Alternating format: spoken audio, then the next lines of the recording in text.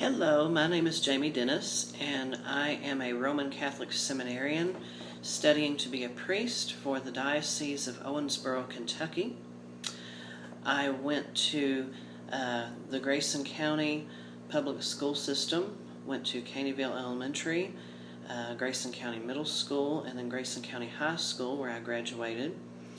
I'm a graduate of Brescia University with a bachelor's in lay pastoral ministry, and then I began seminary, got my first master's at St. Meinrad Seminary and School of Theology in philosophy, and now I am currently in second theology at St. Meinrad Seminary and School of Theology.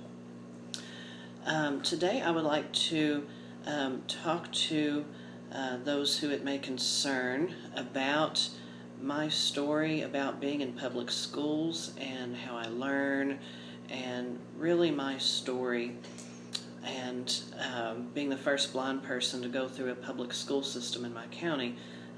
It wasn't easy, and I'm dividing this video into two parts.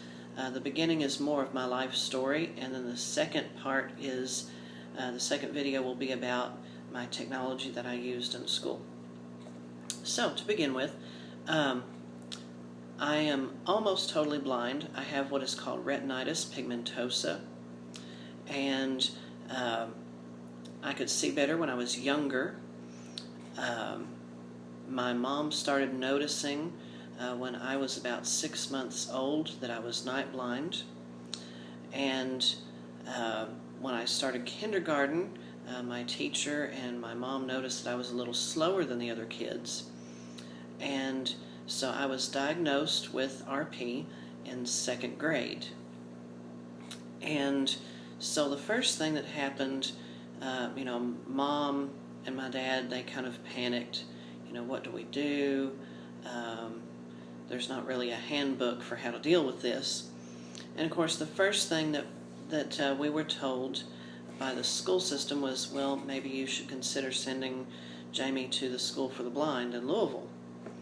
And so anyway, I started doing a few short courses, going to the School for the Blind for a couple to 3 weeks at a time. I live in Caneyville, Kentucky in Grayson County, so I'm about an hour and a half away from Louisville, so I would have to stay with my great aunt during the week and then come home on the weekends. My mom went with me.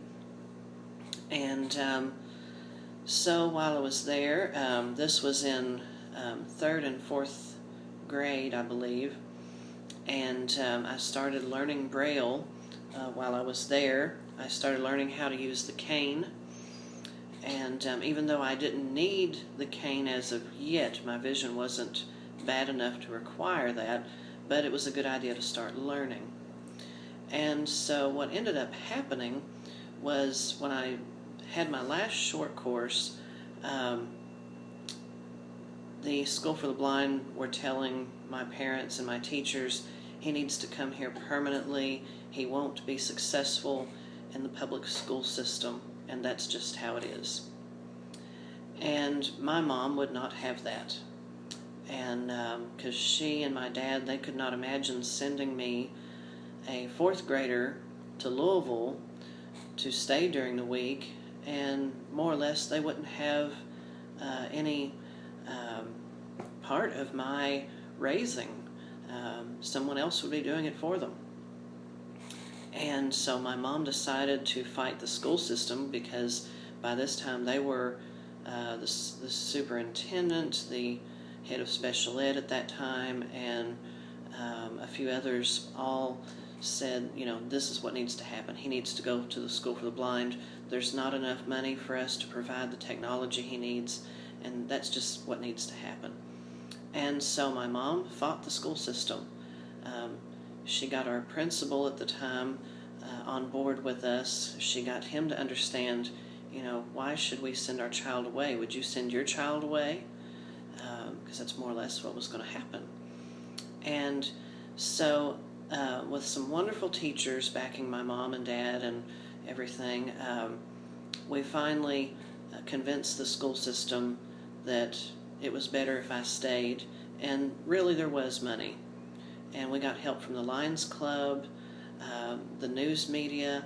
Bowling Green, Channel 13, WBKO News came and did a story and to kind of help shame the school system, and it worked.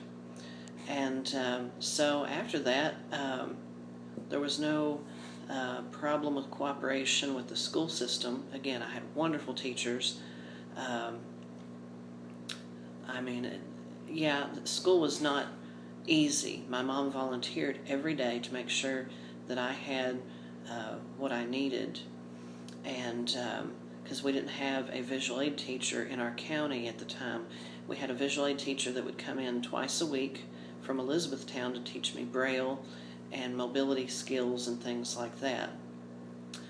And so anyway, eventually we got a full-time visual aid teacher when I started high school.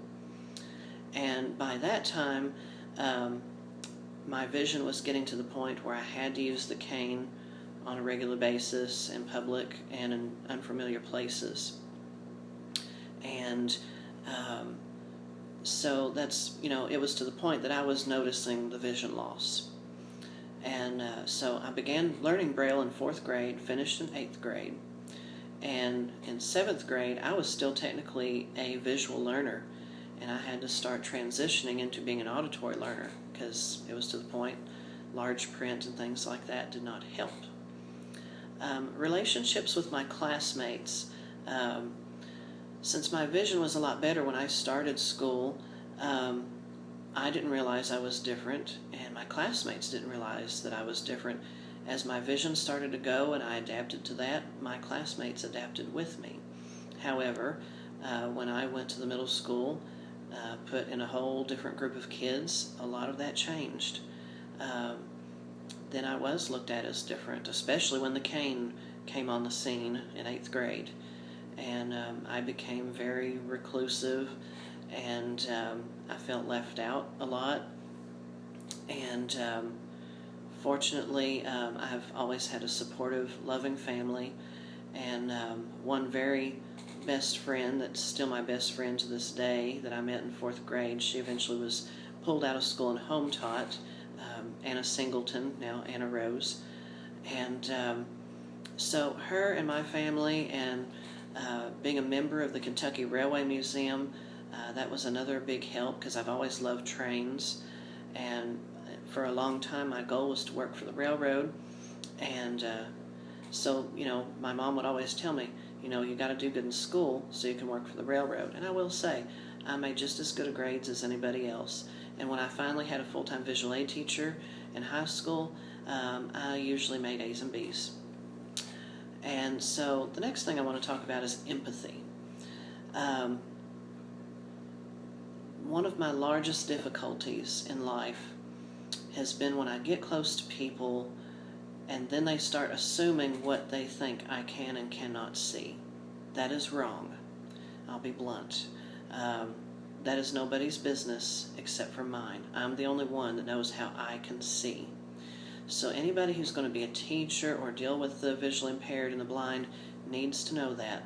When you start to push what you think someone can see, that can lead to a lot of turmoil, hurt feelings, misunderstandings, and a lot of grief that should not be there.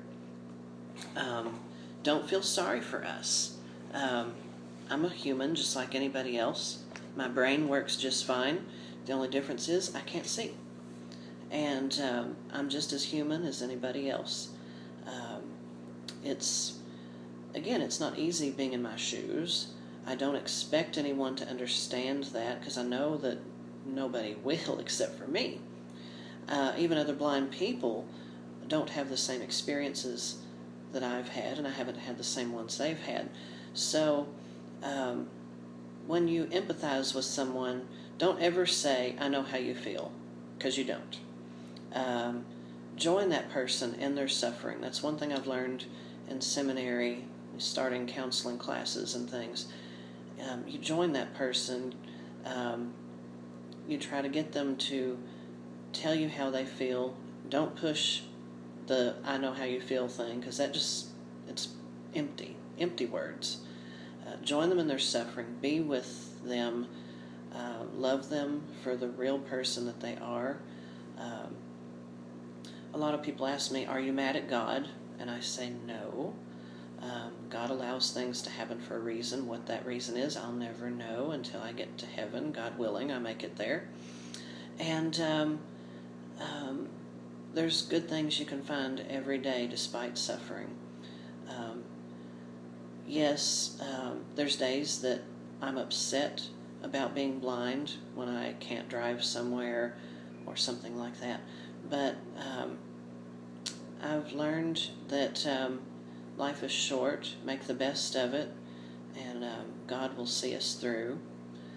Again, we don't understand why these things happen, but you just sitting there feeling sorry for yourself and wanting everything handed to you or whatever is not going to help matters, nor is thinking I can do it all by myself. That's not going to help either. Yes, I need to have independence, but reality is I will need to rely on people for some things. That's just the fact of life, and we need to realize that in general, as people, as part of a society, part of community, whether that be church, school, whatever, we're supposed to rely on one another and help each other and not just be individuals. And with that said, I hope this helps other people that may have a similar situation, or if you just want to know how to handle being around a blind person or whatever, just to see what some of our stories are like. God bless you all. Stop recording.